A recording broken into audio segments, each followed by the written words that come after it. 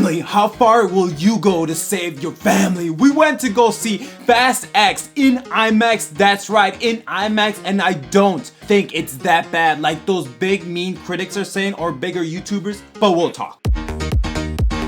Hi, how you doing today? It's just Jazz here. I hope you're having a good day. And today, yes, so we got the movie Fast X in IMAX, but is it worth it in IMAX? Honestly, absolutely yes. Why? Even though I cannot find the filmed for IMAX like I do with other movies here on this channel, which says a lot in terms of the extended aspect ratio, if they use the IMAX cameras to specifically shot the movie in that format. However, I'll link below their website so you can check it out, and I'll post some pictures on here on screen so you can see. I did find it was experience in IMAX, which are totally two different things from filmed for IMAX than experience in IMAX. I did have a great time in this format due to the big action set pieces and explosions. The hand-to-hand combat was amazing with the guns and the grenades. The sounds of the cars was absolutely thrilling with the rubbers, you know, when they do the tire burnouts, the engines, the braking, and the different locations they use to film this movie in the IMAX format. And by the way, guys, here we do movie reviews, giving you the biggest and best reviews of the movies that are releasing at the time in theaters. That's right, in theaters with premium format. So if that's your fancy, please consider subscribing and hitting that like button, and don't forget to turn on notifications so you never miss a video. Fast X is an action adventure bombastic high octane nitrous racing car heights crazy over the top family film movie. And I'm gonna be very honest with you, I do appreciate websites like IGN or GameSpot, but at the same time, at the end of the day, I don't agree with those negative reviews. At the time of filming this review, it has a 53% Rotten Tomatoes on the critics, but on the audience, it's 85. And of course, I'm your man's, I'm your boy. I will never be a mean critic. And I'll be very honest with you, I don't know what movie IGN or GameSpot or those bigger YouTubers or those big mean critics are watching it, because at the same time, I watched this in IMAX, so I'm relaying that information of my experience to you in the movie. Did they watch it in IMAX? Did they watch it in 3D? Did they watch it in Dolby? What about a standard screen? They don't really tell us this. They just, I get it. You have to review for the movie for the objective that it is, but at the same time, experience changes you. An IMAX versus a non-IMAX screening, Adobe versus standard, it really does add a little bit of points, because you just feel more immersed in the movie theater than you would in a traditional like standard screen. I mean, I'm being very honest. It just feels different when you're watching it. So 10 years have passed from the crazy heist in Rio de Janeiro, but after unseen advance following that film, family, following from Herman Reyes comes to haunt and destroy everything of Dom's family and legacy thus far. I am a fan of the series. I've watched all of the movies in theaters, midnight releases on DVD, even Too Fast, Too Furious. The first thing I saw that was in VHS way back when. But to be very honest with you, I want the series to succeed. I'm never one of those people, they should have ended it with 7 because of Paul Walker, blah, blah, blah. I get it that Fast and the Furious is not as best as those other previous films, but I'm a glass half full. I want the series to succeed. I'll be critical, but I am not going to be hating on this movie or this franchise. So I'm sorry if you just came for people to like hate on it, because I want them to succeed. I had good memories. I've taken ex-girlfriends there. I went with friends. I've drank there. I've blacked out there. I've done bad boy stuff during the events of the screenings when I was in high school, college, middle school, even grade school, because this expands like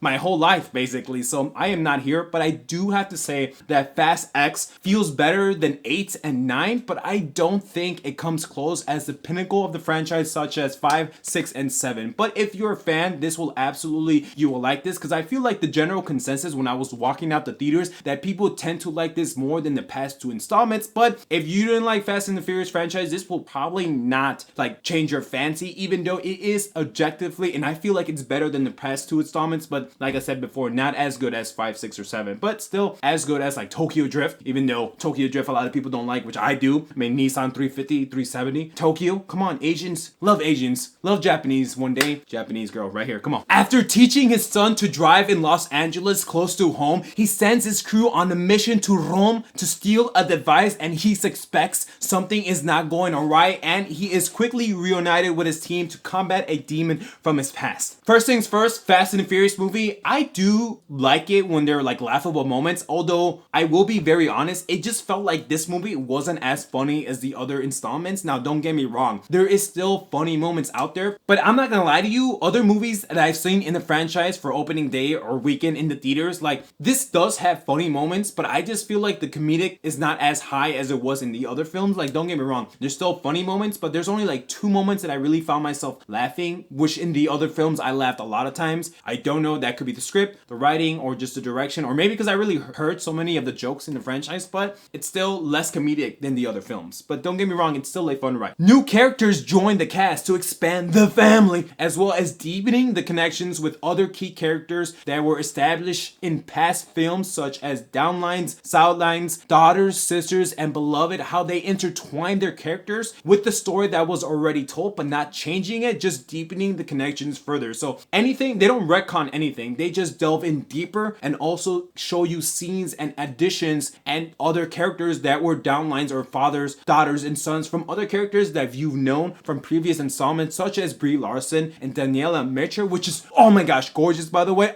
And it's not, they're not just, they don't add characters just because, oh, we need cool A-list stars. No, they're actually adding characters that make sense, that have connections and ties and relationships with the family structure that they had in all of the saga. And I don't want to ruin it for you, but I do have to say, I'm just like, wow, I didn't know this character was a descendant of this. I didn't know this guy had a daughter of this. I didn't know this character was a sister of this. Like, I had no idea until the movie told you, which I'm like, that's why they added more characters. That's why. But let's be very clear, Jason Momoa as the villain is a great addition and it should definitely commended praise, because he, yes, of course, Cypher is here, the beautiful woman Jordana, as well as the rest of the cast, but I feel like Jason Momoa as a villain is definitely cool because he is an adult, but of course he's from Herman Reyes, the descendant of the family they killed in Fast 5 10 years ago. So him, of course, he wants to destroy Dom and his family and is doing whatever it takes to destroy his family and legacy. However, he feels like a little kid. He's like, oh my god, we're gonna be doing this, I can't believe we're gonna explode that. And I loved his comedic take on it because he is like a happy character. He's not just like, oh, serious and like, I'm gonna destroy your family. No, he's like, I'm gonna destroy your family. And it's so cool and it's so like devilish how he can be, even going against like his own team or Cypher. And I love how like the villainous he is for this franchise, because it's a new different take. It's not all serious, it's not drug money, it's not cartels, it's just revenge for what Dom did to his family in Fast 5. Although unlike the other ones, this felt more personal story between Dom, Jacob, the son, and the villain, which is Jason Momoa. To me, the family felt more spread out throughout the world after the heist gone wrong, in the beginning doing different things and different strategies, helping other team members out across the globe. So they're not really together except for the initial 20 minutes of the barbecue scene that you've seen on the trailers. They do have, but after the heist gone wrong, they separate. And what I mean by that, like, they're not broken up. No, they're smaller teams, tag teams. Some of them go single, some of them do other things apart in the world to help the other teams out. So basically it's still family, but in terms of the physical or closeness, they're not together as they are in like other films, being together, taking out heists, racing together. They're literally spread out because circumstances have shot them up to the #1 most wanted list again, like they did in past films. But I thought it was a cool dynamic. Even though family was far away, they were still trying to help other teammates out, other tag teams and other smaller teams within the family structure to help someone else out. So I thought that was pretty cool. I'm like, ooh, that is a different take that we've seen in the Fast and Furious, because most of the previous installments, they were all always together combating evil. But this time they're actually separated, not because they want to, because they have to. And it's a cool new dynamic, at least for me, my take, that helped the other team members out. So basically think of like 10 people and then think of like a group of 4, a group of 2, a group of 1, and a group of 1. Like that. That's how it is, just spread out across the globe. They're still in constant communication of each other, but at the same time, they're not physical next to each other. You get what I'm saying? Like, they're still trying to help each other out, different fonts. Like, imagine the movie Infinity War with Avengers. They were still the same thing, Avengers, but just different places battling the same evil, just different times and different like worldly effects. We do revisit past locations such as Rio de Janeiro like we did in Fast 5, but giving us new twists and dynamics, giving us more information on how that heist came to be, as well as why the descendant of Herman Reyes' family, Jason Momoa's villain as Dante, comes to destroy Dom's legacy. I want to talk about the IMAX just real quick. So I did watch this in IMAX, but I don't think I really expanded on my experience of it. With 10 movies in, I do have an idea of what to think about when I go into a Fast and Furious movie. Yeah, we get action, we get witty dialogue, some funny moments. It doesn't go bombastic like we did in Space. It's mostly boots on the ground, but I don't know why those big outlets are giving it a bad movie. Like I said, it really depends on your experience experience. Like this film, this series knows what kind of audience it likes. Like if you're a fan of the franchise, you'll probably like this movie, but if you've never been a fan of the franchise, oh, this is probably another throwaway, then I don't know if this will change your mind. However, it is the beginning of the end. Sad to say, this is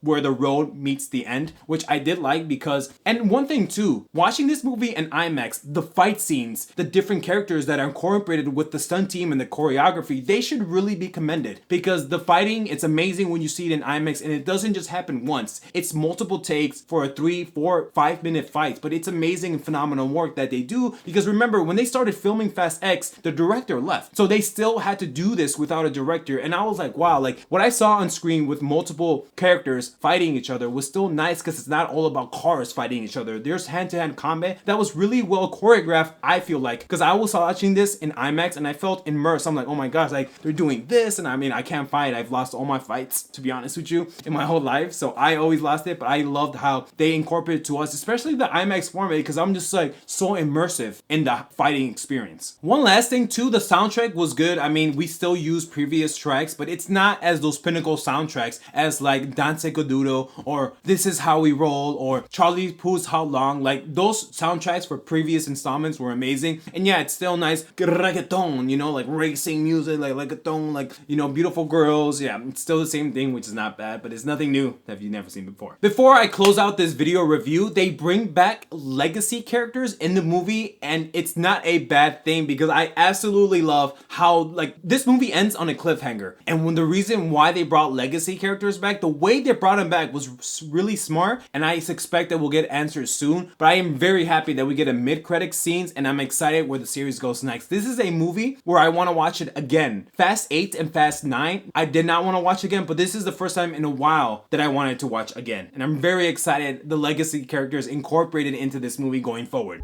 At the end of the day, I'm gonna give this a B+. I watched this in IMAX, so your mileage may vary, but I did have a fun time with it. It is better in my opinion than 8 and 9, but not as good as 5, 6, or 7. If you made it this far, I appreciate you so much. Maybe consider hitting that like button and turning on notifications so you never miss a video. And with that, take care, bye.